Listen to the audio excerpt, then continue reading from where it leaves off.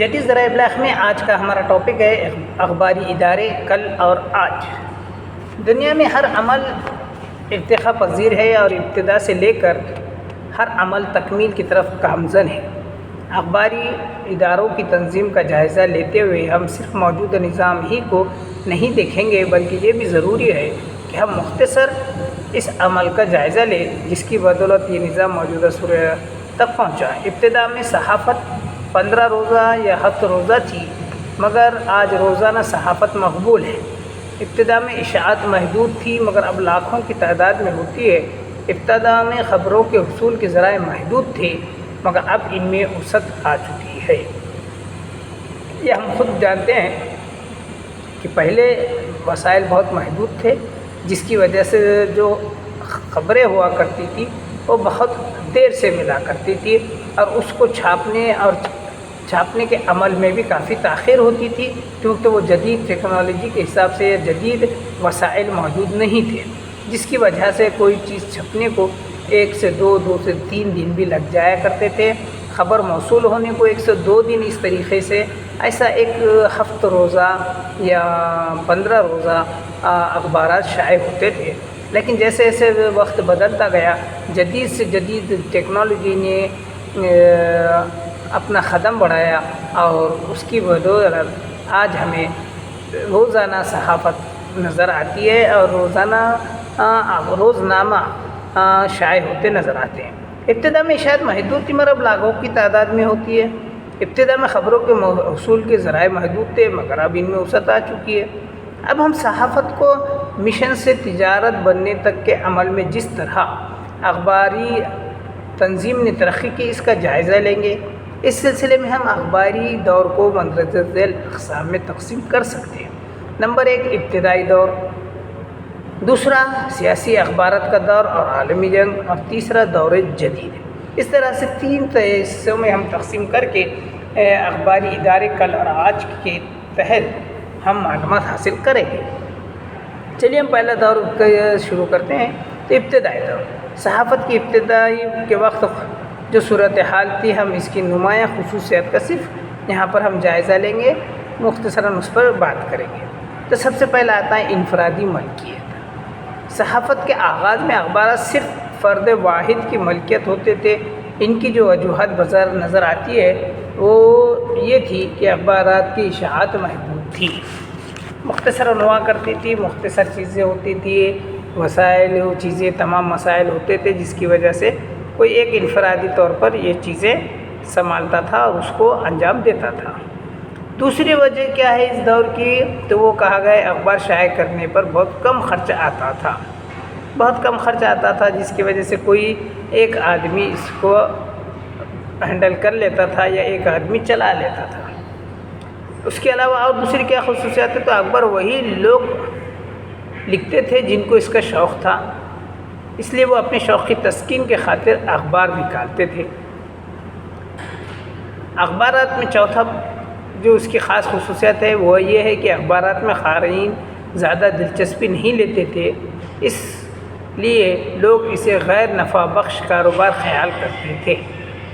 درجہ بالا باتوں سے ہمیں ظاہر ہوتا ہے کہ اخبارات صرف ایک آدمی کے سرمایے سے نکلتے تھے اور اس کو پڑھنے والے لوگ بھی بہت کم ہوا کرتے تھے۔ جہاں تعلیمی پسماندگی تھی، جہاں خواندگی کا فیصد کم تھا اور اخراجات بھی کم تھے اور اس کو شائع کرنے کے لیے بھی بہت کم خرچ آتا تھا، جس کی وجہ سے کوئی ایک انفرادی شخص بھی اس چیز کو چلا سکتا تھا۔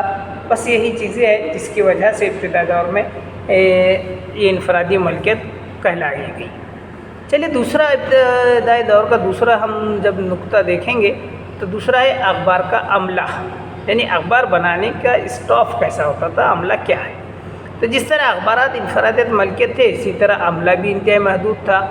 بعض اوقات تک تو صرف مالک اکیلے ہی تمام ذمہ داریاں سر انجام دے دیتا تھا، اور صحافتی فرائض کے انجام دہی کے لیے بعض اخبارات ایک کاتب، ایک معمولی پڑھا لکھا ایڈیٹر رکھ لیتے تھے اور یہی مختصر سا عملہ اخبار نکالنے کا فریضہ سر انجام دیتا تھا۔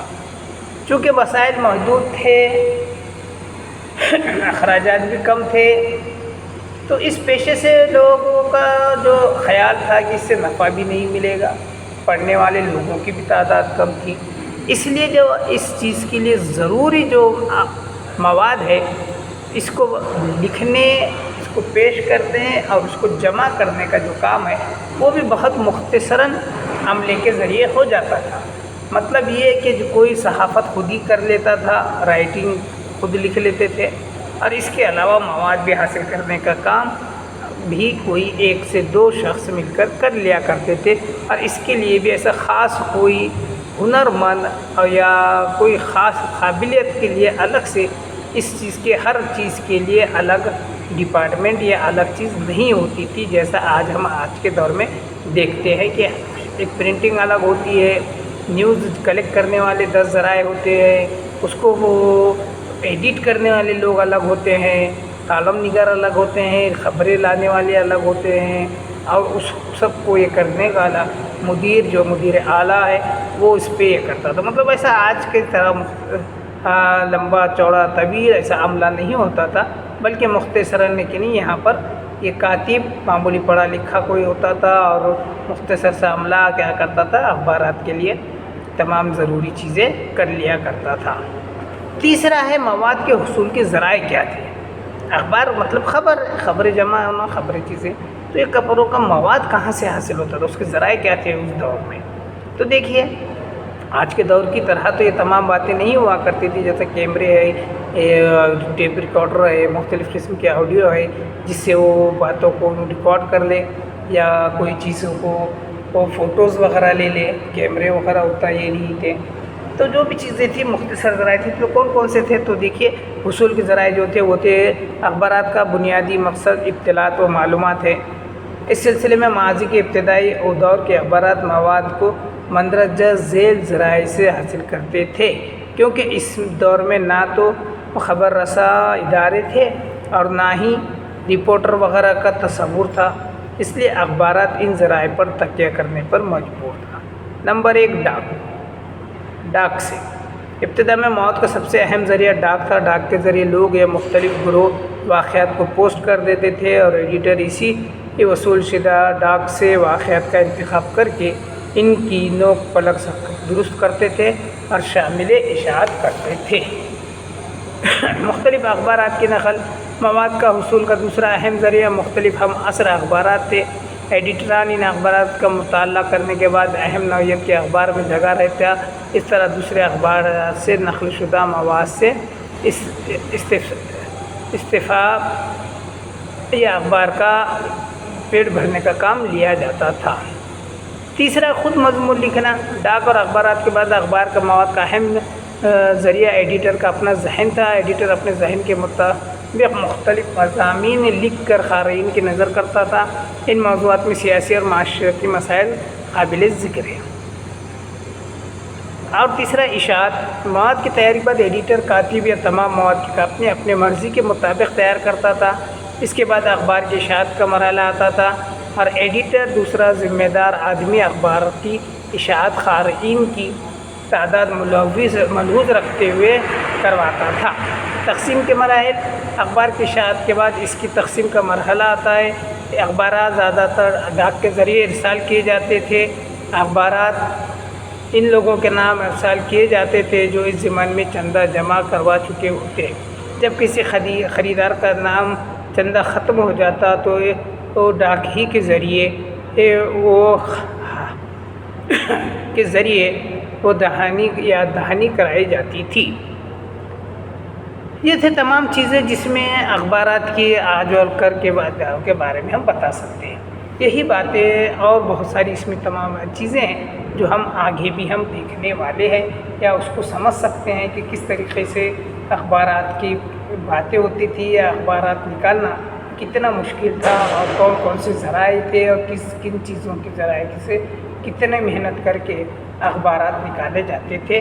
تو یہ تھے اخبارات جدید ذرائع ابلاغ میں ایک اہم ذریعہ اخبارات کا ہے، اور آج ہم اخبارات کل اور آج کے اس عنوان کے تحت ہم نے کچھ تمام چیزوں پہ روشنی ڈالی ہے، جس کے ذریعے سے ہم قدیم یا ابتدائی دور کے اخبارات کا ہم سمجھ سکتے ہیں۔